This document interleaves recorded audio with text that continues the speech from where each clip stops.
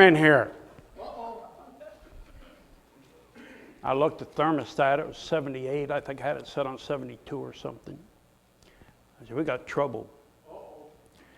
So I called the AC man, Bill. This week we'll have an air conditioner installed.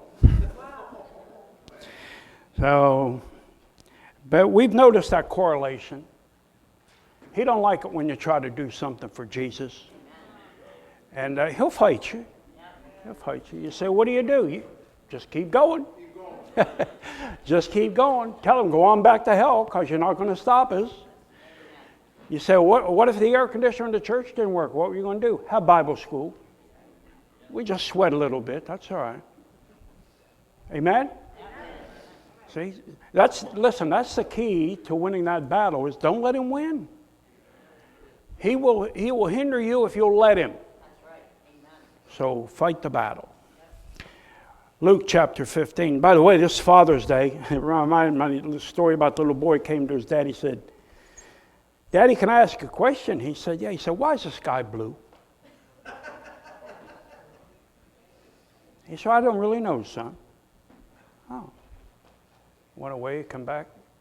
Can I ask another question, Dad? He said, yeah. He said, why is grass green?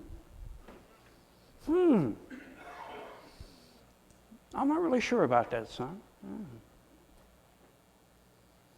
A little while later, he come back, he said, Dad, can I ask another question? He said, yeah. He said, how do birds fly? That's a tough one, son. I'm not really sure.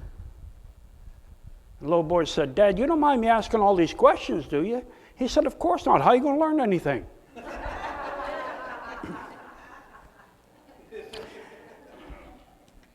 By the way, the key to that, fellas, is go ask your mother.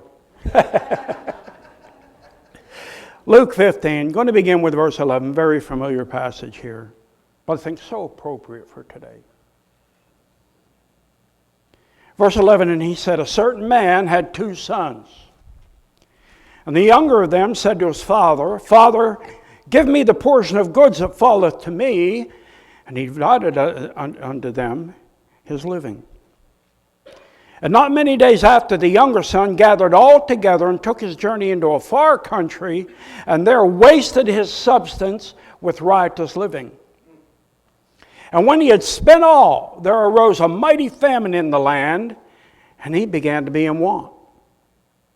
And he went and joined himself to a citizen of that country, and he sent him into his fields to feed swine. And he would fain have filled his belly with the husk that the swine did eat, and no man gave unto him. And when he came to himself, he said, how many hired servants of my father's have bread enough and to spare, and I perish with hunger? By the way, he came to himself, he said, boy, am I stupid. I will arise and go to my father, and will say unto him, Father, I have sinned against heaven and before thee, and am no more worthy to be called thy son. Make me as one of thy hired servants. And he arose and came to his father. But when he was yet a great way off, his father saw him and had compassion, and ran and fell on his neck and kissed him.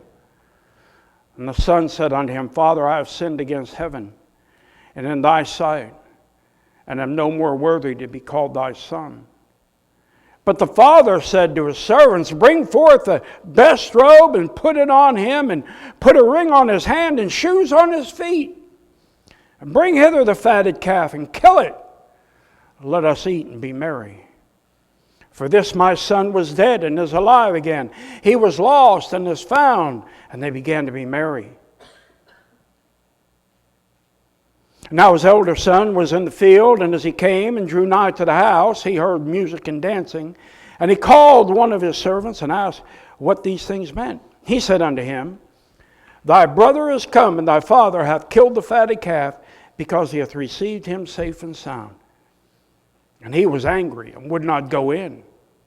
Therefore came his father out and entreated him.